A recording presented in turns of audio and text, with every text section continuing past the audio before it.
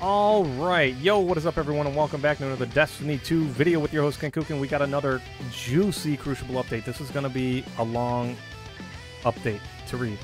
I'm going to try my best to condense what I have to say. I just recorded a video, a lot of my thoughts. I have nothing scripted. I didn't remember my thoughts. I'm just going to read back over this as quickly as possible. We were going on like a 48-minute video, bro. And I'm like, yeah, maybe I would have some people watch it entirely, but we're going to try to condense this no more than 30 minutes, guys. All right, so let's get started. I'm going to read everything as quick as possible. I'm going to give my immediate thoughts on it, and then I'm going to move on to the next thing of reading. I'm not going to elaborate too much unless the point comes back up again, right? All right, topics for this week. PvP Strike Team update, Accessibility Console UI updates, Prophecy Dungeon. All right, and PvP update, all I care about.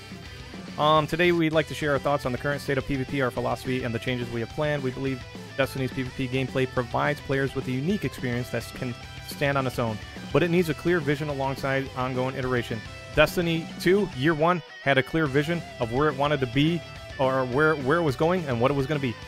It was the most balanced. It was the most balanced, period. The maps were balanced for the game mode. The game modes were balanced. The weapons were balanced. Nobody had random rolls. No one could cry that my gun just was a little bit less range than yours or some perk or nonsense. It was just balanced. You were either better with the gun than the other player or you weren't, and it came down to that. It was great. It was great for that. For some time, the Crucible hasn't felt like it's had that. Yep, yeah, since Year 1. This has made it difficult for us to attract players to the Crucible, leading to a slow bleed of our PvP population over the last couple of years as veterans move and are not replaced by fresh players. Absolutely. Incentive and balancing are the two biggest things. I'm going to tell you right now because they're going to talk about this in the TWID.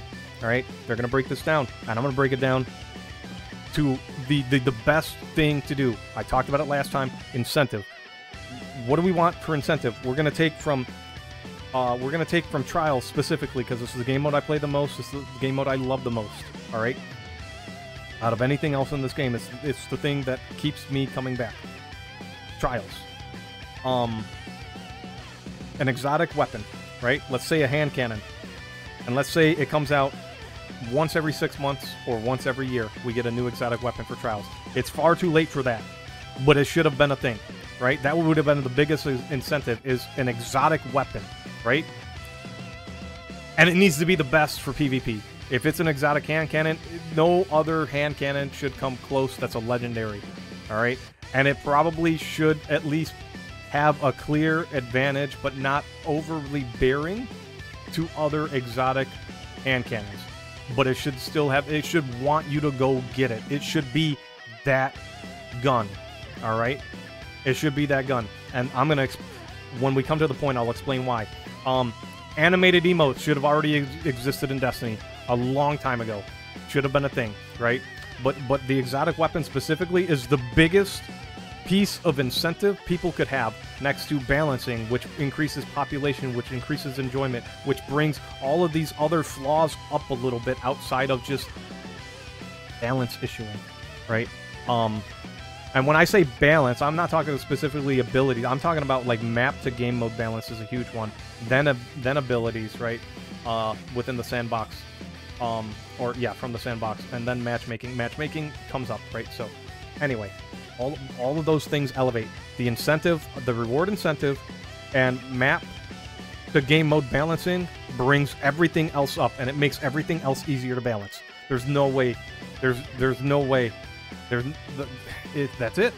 That's the way. It's the way. Returning to our core mission, we want to refocus on rewarding players who love the Crucible, as well as push to provide a baseline variety of experiences to ensure there is always something appealing to PvP enjoyers. I'm here to tell you right now, rewarding the players who love the Crucible. I hate to say it, man. It's not enough. What they have in store is not enough. All right, it's not enough. Since the PvP Strike Team was formed, the bulk of our work has focused on finding solutions for the 5 major issues. Crucible maps should have been number 1 priority. Rewards, number 2 priority. Game modes, last priority. That's number 5. Sandbox issues, number 3. Matchmaking, number 4. Matchmaking is elevated by Crucible maps and rewards. I have already talked about this. Due to its dynamic nature, PvP can create content on its own, and every match can tell a story. Yes, you can play the same team two games in a row, and it'll be different. Or it can be different. They can play differently, you can play differently, especially on close matches. Game 1, Game 2 could be a totally different story. Hell, you could sweep a team Game 1, and Game 2, you're toast, bro. They just come back with the greatest Plan B, and that's it. You were out of alphabet Plan A. When your Plan A failed, you had no Plan B, C, or D. It was just Plan L. Later, loser. But our players have spent millions of Guardian hours on our current selection of maps, playing the same game modes in the same arenas. It feels as though most of these stories have already been told, and there's only so much you can... All this fancy wording, bro. Like, it doesn't need... It's unnecessary, man. It's unnecessary. At any point in time, you disagree with a point that I make, and I know I'm talking fast because I'm trying to get through as much as... I didn't even get through it all on the first recording. I was still reading. And there's so much in here, I can't just say this is what we're going to cover, alright? Because this matters. All of this matters, unfortunately, that I read. At any point in time you disagree with one of my points, let me know in the comment section, what do you disagree with on whatever point. Take notes. Start the comment and then listen to the video and add to more points, add to more placements, because I got a lot to say in a short amount of time. Additionally, different modes require different kinds of maps to succeed, and our limited map selection means we have often pushed modes onto maps where they are not necessarily optimal, resulting in a subpar player experience. Yeah, last weekend, Endless Veil, and they Death Cliffs, and they talk about it here. They knew.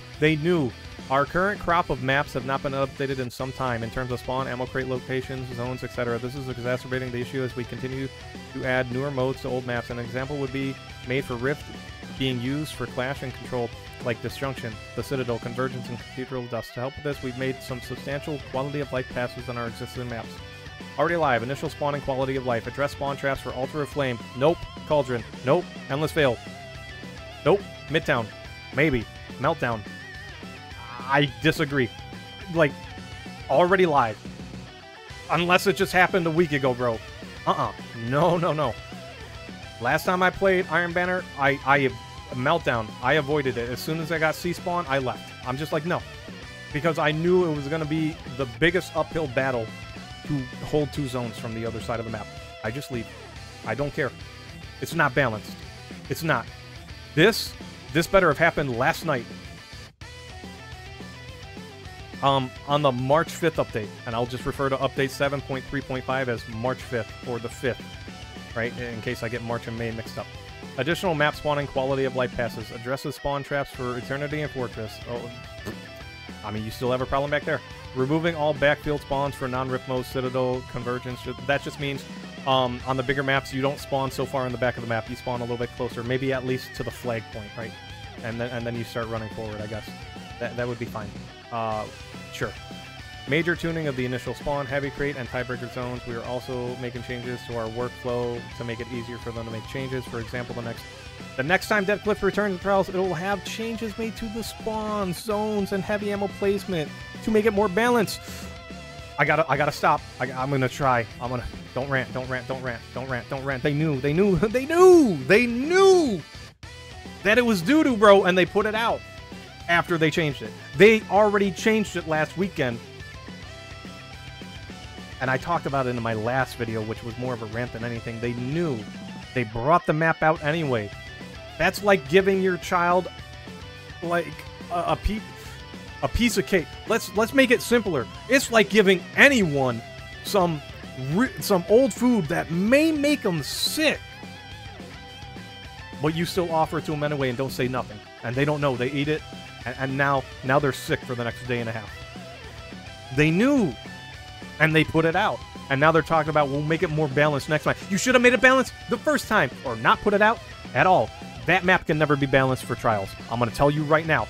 There is no way I will eat my words if the day comes that Dead Cliffs is balanced without a rework of the map design. A rework of the map design. An expansion of the map. A removal of certain things. But the spawn location is not enough. It's not. Because then it'll tip the balance the other way. Nah. It's too linear of a map. It's too short of a map. Crucible-focused players may also feel left behind in terms of locations as they get less exposure to the awesome new destinations that come with our releasing. No, Crucible players will feel left behind when you don't come out with meaningful maps balanced for the game mode. For example, Europa and New Muna have exciting... I don't care what I'm looking at when I'm shooting people in Trials. I just do not care about the sunset in the background, or the trees in the wind, or whatever the Vex got cooking up in the distance, dude. Don't care. Alright? But we're getting new maps. I'm down for that. Absolutely. Now, while these maps will be available in Control, they have been specifically built with a focus on 3v3 game modes in mind, including Dominion Clash Survival and our newest mode, Collision. When you mix and match 6s and 3v3s, what do you get? A mess. They've already done it with 4v4 maps, and it's just complete chaos. Endless Veil. I've said enough. It's chaos. We want Crucible to feel at least as rewarding as PvE. One more thing. Maps that are balanced for the game mode are crucial. And they haven't been like that since year 1 of Destiny 2. Alright? You may not know that. You may not...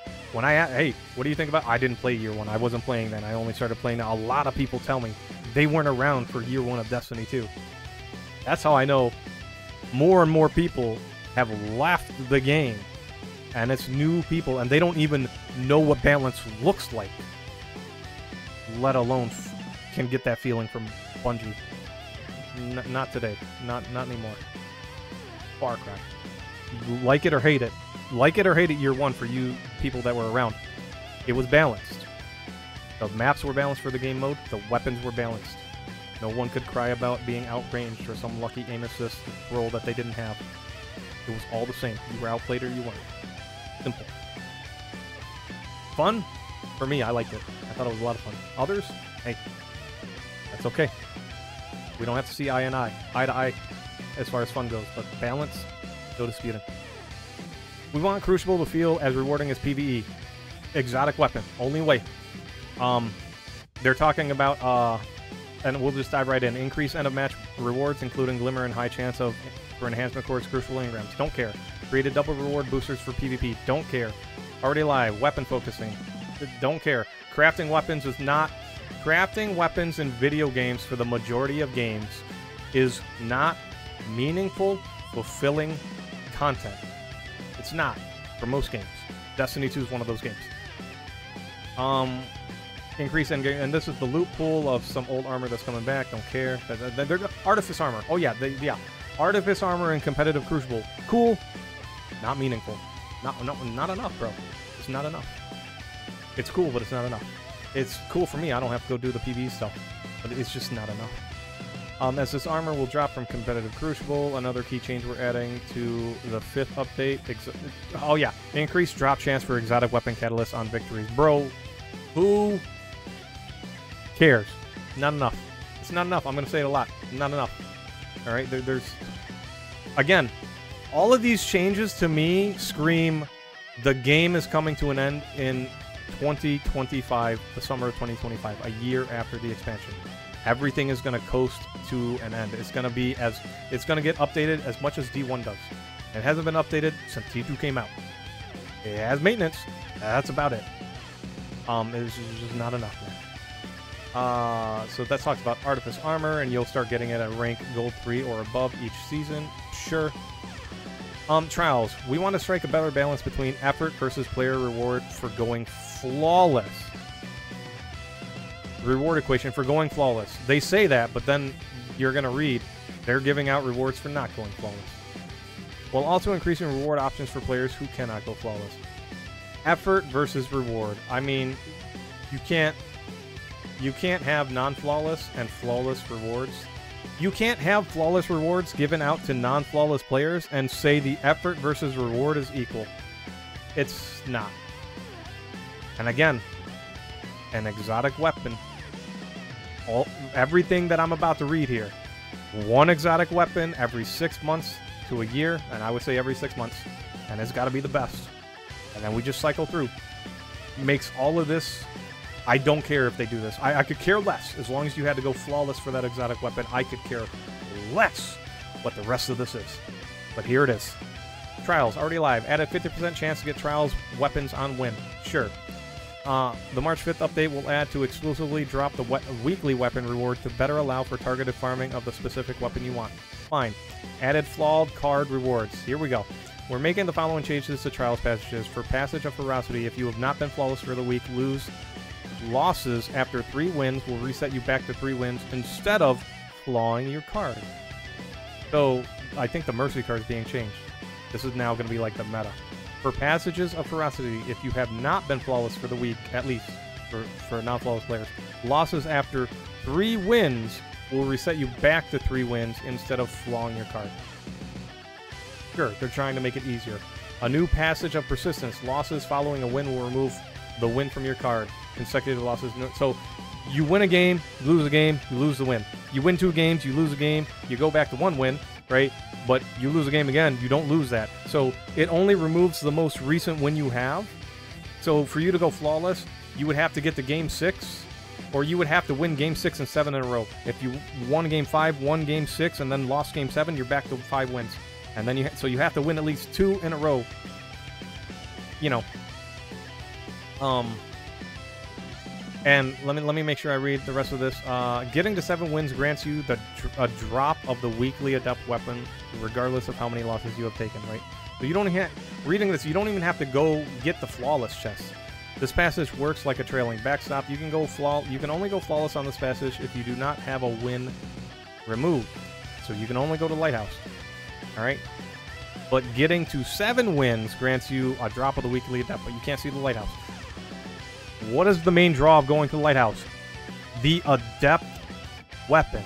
If I can get it without going there, why in the world would I keep populating the player base of Trials? It doesn't make sense. It goes against exactly what they stated earlier. Which, you know, we're trying to stop the bleed out of the PvP population. Are you? It this doesn't say you are. This does not say you are. It doesn't. I disagree.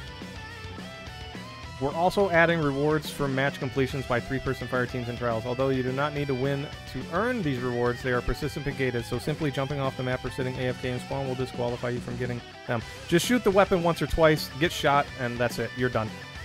As long as you move and you get shot by the enemy, you're good. You don't even have to do anything. Rubber band to a wall. Easy. You're gonna get rewarded. What an easy workaround. It's whatever. You want to know what would make people play the game? An exotic weapon that you can't get anywhere else. That's very, very powerful in PvP. That people will want, and they will work hard to earn. On at least the ferocity. At least they have to get flawless. So at least they have to win 4 games in a row, and then go to Lighthouse, right? Or win traditionally 7. Sure. Additional 50% chance to drop the non-adept weekly Trials weapon reward, don't care.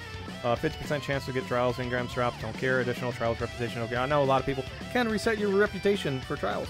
Why? I got everything I need. There's no reason for me to reset it. It means nothing to me. Ascendant Shard means nothing to me. Enhancement Cores mean nothing to me. Enhancement Prisms mean nothing to me. All of that stuff, because there's nothing for me to get out of it other than I play the game mode because I enjoy the game mode still. That's it. That's what I get out of Trials. I enjoy it. I enjoy it. It's that simple. Right now, competitive modes are not at the bar of quality to best promote an exhibition of skill and mastery between teams. Recently updated Countdown to Rush rule set and competitive are introduced a new King of the Hill mode called Collision. Quick play modes are lagging in updates, even though new modes are being made. They have been either a party mode like Relic. Oh, okay. Blah blah blah blah. Pharaoh Control, don't care. Clash and Crucible Labs. Added 3v3 Clash to Crucible Labs, don't care. Updated Countdown Rush rule set for competitive.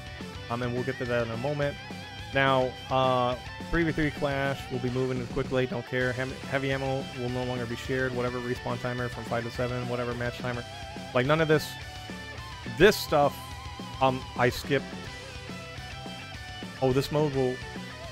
King of the Hill will test special ammo crate system, so I'll play that at least once. The special ammo crate system will feature 4 shareable special ammo crates that spawn simultaneously at the beginning of the game or round, and then on a timer afterwards. So, D1. I remember this. I would go steal the enemy special ammo crate. There used to only be 2. Quite fun. And they didn't spawn right away. We had to wait for the timer, right? So they spawned in a little bit. So it was very important for me to go steal it. So they had no special. Loved it.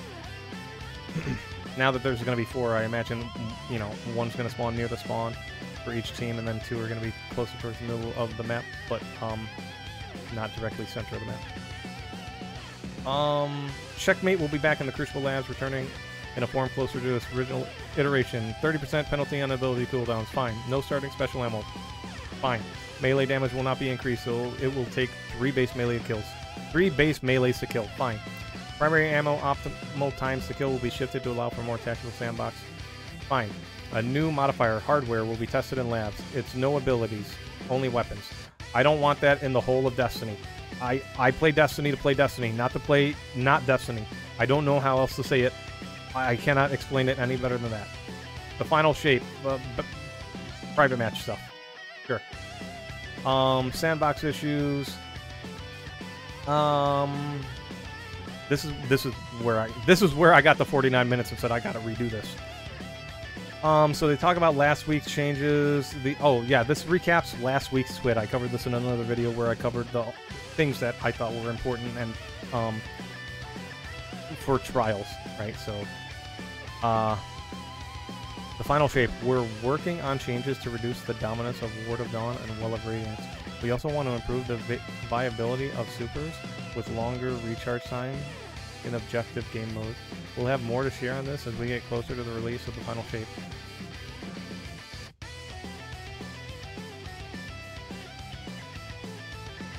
Can we give every super like just the same cooldown and call it a day? Probably not. Every super's, because some supers are going to suck more than others, and that's the beauty of the super and the cooldown. That's why the cooldowns exist, right? So again, you know, everything else matters. Supers need to be the edge and the advantage, and I think a lot of supers are in a healthy place to be outgunned. Wells and bubbles, it's conditional finality. I finally remember the name of the shotgun. It's conditional finality for bubble, and it's Witherhoard for wells for the most part. Sometimes you get away with conditional, but you know, if people are smart, they'll just stop you before you get there. Or they have the well in a good placement, they'll stop you before you can get to them. Right, so outside of that, yeah. Alright, matchmaking details. Now they're talking about how they're going to change matchmaking. I'm not going to read all of this. They talk about our previous implementations of skill-based and fireteam-based matchmaking made it more difficult to enjoy playing with friends. Yeah, so I didn't mind fireteam-based matchmaking for trials. Made sense, right? And I think it should still make sense in trials. If you get together with a team of 3, you should play against a team of 3. You don't... Like that's it. And the player population is so small. It's so small. But solo players should not have to go through the agony of playing teams of 3 that have full comms. Even though it's the solo player's fault for not getting in the comp. They have full comms, the team of 3. Fire team-based matchmaking, short story. When I play Iron Banner and I get together on stream with friends and, you know, whoever else, when I get to that 4th person, I know the 5th and 6th person are going to bring the stacks of teams. And I don't mean stacks of skill, just stacks of 6s. And some of them are clan-based, and some of them play with each other all the time. And us, we're just playing and trying to chill and have fun. And when we get rolled, it's not fun. When I roll other teams, it's not fun. And it's hard to make a balance. And you want to know what helps with that? Population. And what helps with bringing up population? Incentive rewards. And what else? Maps balance for, say it with me, the game mode. Alright. Now, since the PvP strike team was assembled, we have been making substantial changes to our matchmaking systems. But we haven't really had an opportunity to clarify how the systems work. Okay, our matchmaking systems do not. Okay, our matchmaking systems do not individually force players to a 1.0 kill-death ratio with or 50% win ratio. Intentionally allow players to dominate for a few games and place them in the games where they get destroyed. I don't know about this, man. Like,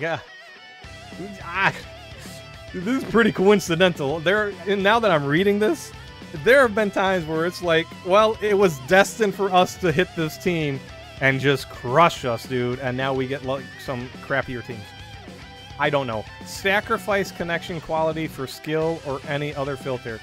Our 3 most common matchmaking systems, outlier protection, rank base, and open skill, all keep average connection quality generally within the same bounds. Then why do your bows keep getting laggier? Let alone some of the players I see skipping around, which is fine. It's not like every game is super lag. But the bows, why are the bows laggier and laggier every season?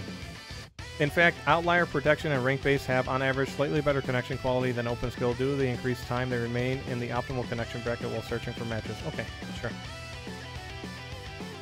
How exactly do we like to understand this? First, when we talk about skill and skill deltas. Oh boy, gosh, man.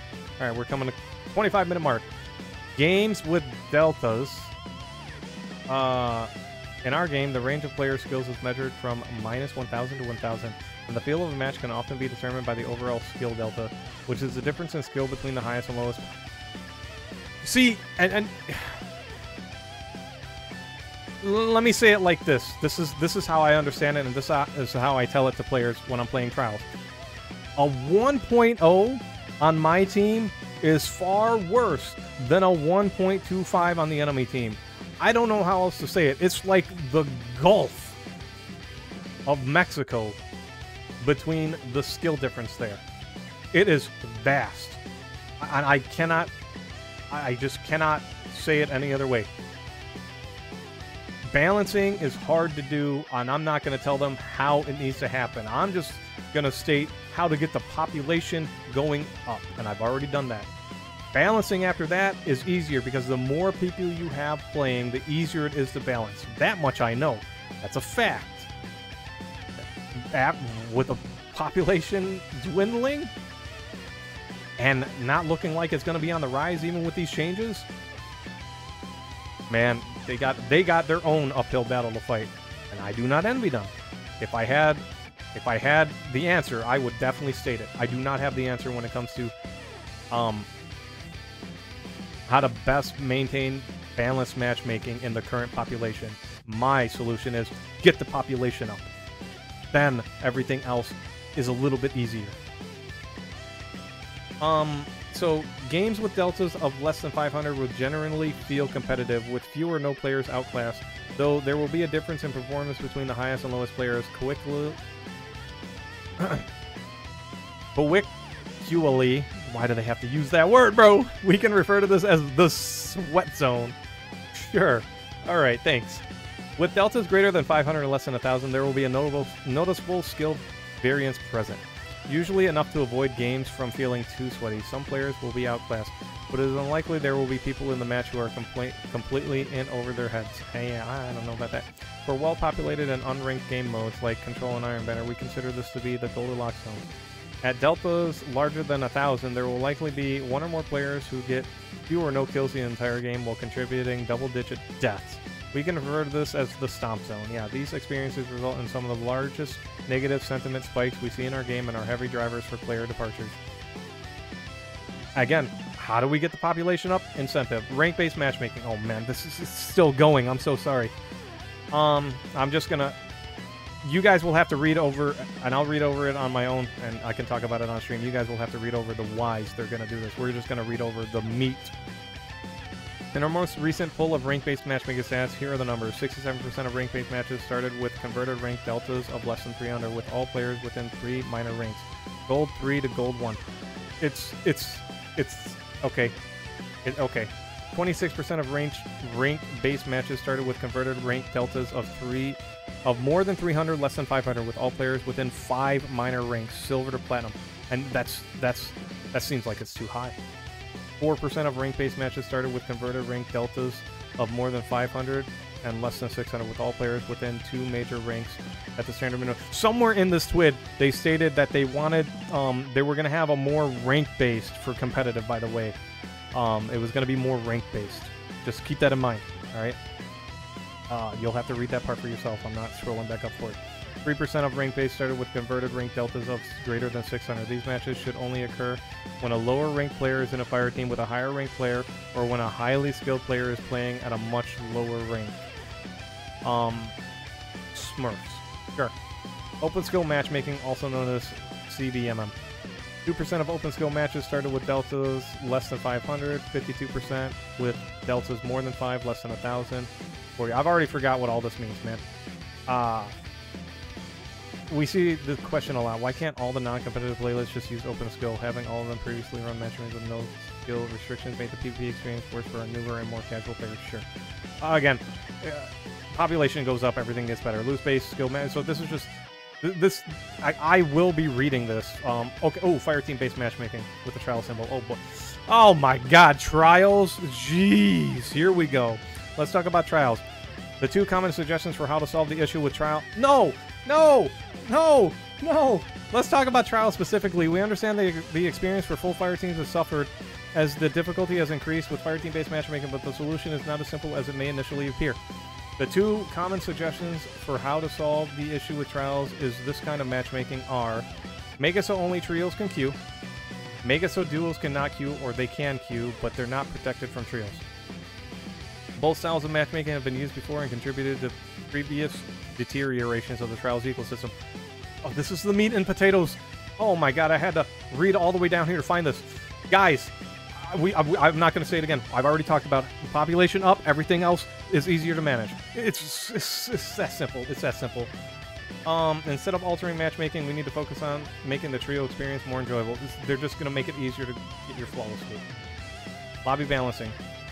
Replace loose skill bait, blah, blah, blah, blah, blah. Updating the playlist. Okay. And this is like the end of it, so we're going to stop at the 30-minute mark. Yeah, the new snake draft lobby balancer, bro. Like, all of this sounds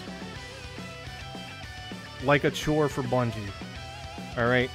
And it's far too late. And I hate to say it. I'm not trying to be the most negative person out here. But I hate to say it. It's so far late into their lifespan that the things that I've suggested, unless they plan on keeping the game around for far longer than next year, summer, and updating it regularly, this is the best they can do.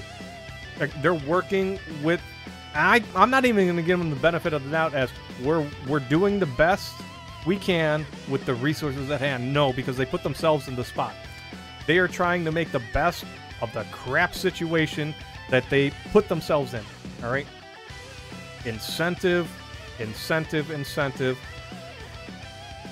Map balancing with the game mode matters, and new maps also do matter too, right?